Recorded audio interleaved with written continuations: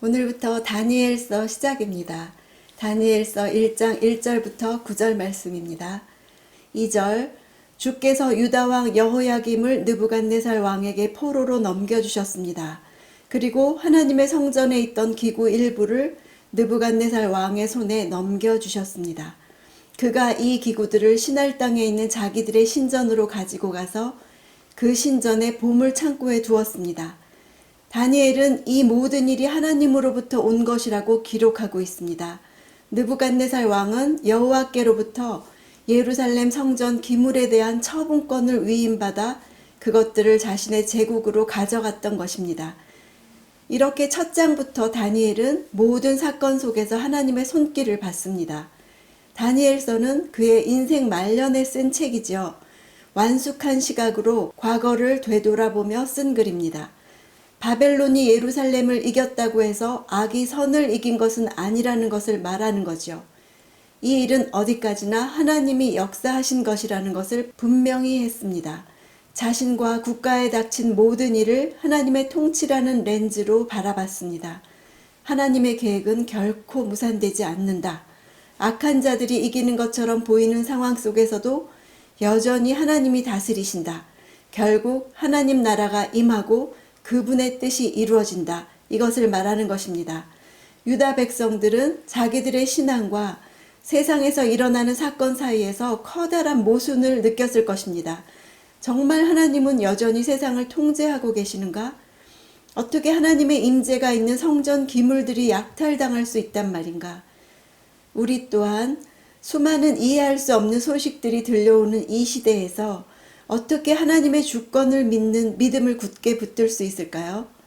분명 악한 일들이 일어나고 있지만 요셉의 믿음처럼 하나님은 악을 선으로 바꾸사 많은 생명을 구원하실 것입니다.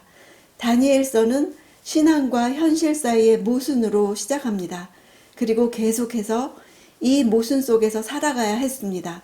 그런데도 살아남았을 뿐 아니라 새 사회에 적응하고 자신들의 믿음의 순수성을 지켜낼 수 있었던 젊은이들의 이야기를 들려주지요.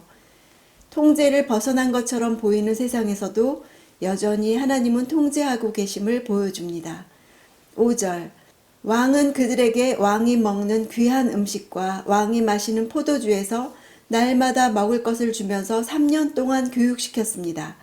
교육을 다 마친 후에는 바벨론 왕을 위해 일하게 했습니다. 공직자 훈련 과정은 3년 동안이나 계속되었고 바벨론의 언어와 문화와 학문에 대한 교육을 받고 국가에 의해서 관리를 받고 바벨론식 이름으로 계명이 요구되었지요. 그들은 자신들이 바벨론의 공직을 위해 훈련받고 있음을 알고 있었습니다. 우리 자녀들을 이 시대의 세속적이고 이교적인 문화와 전혀 접촉하지 못하게 함으로 그들을 보호하는 것이 아니라 신앙과 성경 지식으로 선한 것과 악한 것을 분별하도록 가르쳐야 합니다. 이것이 가정과 교회의 책임이죠. 자신의 신앙을 방어하고 자신의 선택을 스스로 지켜낼 수 있게 해줘야 합니다. 배타적인 기독교 울타리 안에만 있다면 세속 문화 속에서 소금과 빛이 되기 어려울 것입니다. 다니엘과 그의 친구들처럼 하나님의 부르심을 따라 입법, 행정, 사법 등 정치 영역을 비롯한 각 영역으로 들어가야 합니다. 6절에서 7절 그 젊은이들 가운데 다니엘, 하나냐, 미사엘, 아사랴가 있었는데 모두 유다 자손이었습니다. 네시의 우두머리는 그들에게 새 이름을 지어주었습니다. 다니엘은 벨드사살이라고 불렀고 하나냐는 사드락, 미사엘은 메삭, 아사랴는 아벳느고라고 불렀습니다. 그들에게 계명은 큰 좌절이었을 것입니다. 그들 이름에는 여호와 또는 하나님이라는 의미가 포함되어 있었습니다. 다니엘의 엘, 하나냐의 야, 미사엘의 엘, 아사랴의 야. 다니엘의 이름 뜻은 하나님이 심판이시다. 하나냐는 여호와께서 은혜로우시다. 미사엘은 누가 하나님과 같은가. 아사랴는 여호와께서 나의 도우시는 분이라는 뜻입니다. 그들의 새 이름에는 바벨론 신들의 이름 벨, 느고, 아쿠 등이 들어있었습니다. 다니엘의 이름 벨드사살은 벨이여 그의 아들을 보호하소서. 이것은 마치 하나님이여 보호하소서라던 이름에서 사탄이여 보호하소서로 바뀐 것과 같죠. 사드락은 아쿠의 명령이란 뜻, 미사엘의 이름 뜻은 원래 누가 하나님과 같은가 거기에 대응해서 메삭은 아쿠와 같은 자 누구인가 이런 뜻입니다. 아벳느고는 느고의 신하라는 뜻입니다. 이름은 정체성을 뜻하는데 바벨론은 포로들에게 새로운 정체성을 주입시킨 것이죠. 이스라엘인에게 이스라엘의 살아계신 하나님의 이름과 이교신의 이름을 맞바꾸는 것은 얼마나 모욕이자 수치였겠습니까? 8절 그러나 다니엘은 왕이 먹는 특별한 음식과 왕이 마시는 포도주로 자신을 더럽히지 않겠다고 결심했습니다. 그래서 내시의 우두머리에게 자신을 더럽히지 않도록 해달라고 부탁했습니다. 왕의 진미를 먹는다는 의미는 언약을 맺고 배신하지 않겠다는 뜻입니다. 계약을 의미하는 히브리어 버리트는 음식을 먹다를 뜻하는 바라에서 파생되었습니다. 이처럼 고대 사회에서 같은 것을 먹는다는 것은 계약적인 뜻이 강했습니다. 언약적 충성은 하나님께만 드릴 수 있었죠.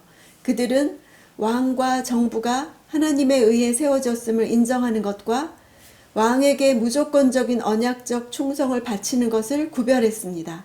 포로로서 왕의 음식을 먹는 것은 특권으로 볼 수도 있었습니다. 특권으로 보느냐, 자신을 더럽힘으로 보느냐, 내게 주어진 상황 속에서 어떤 삶을 사는 것이 하나님께 영광을 돌리는 것인가 그들은 결정했습니다.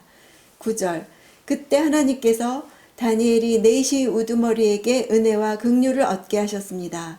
여기서 은혜, 헤세드는 일반적으로 하나님께서 자기 백성들에게 베푸시는 언약적 사랑을 나타내는 데 사용된 단어죠. 이 단어를 사용한 것은 그것이 하나님으로부터 비롯된 것임을 암시하죠. 긍휼이란 단어도 어머니가 자신을 뜨거운 심정으로 사랑하거나 불쌍히 여기는 것을 의미합니다. 이 단어는 복수형으로 사용되어서 당시 내시의 마음이 다니엘을 향한 긍휼로 가득 찼음을 말해줍니다.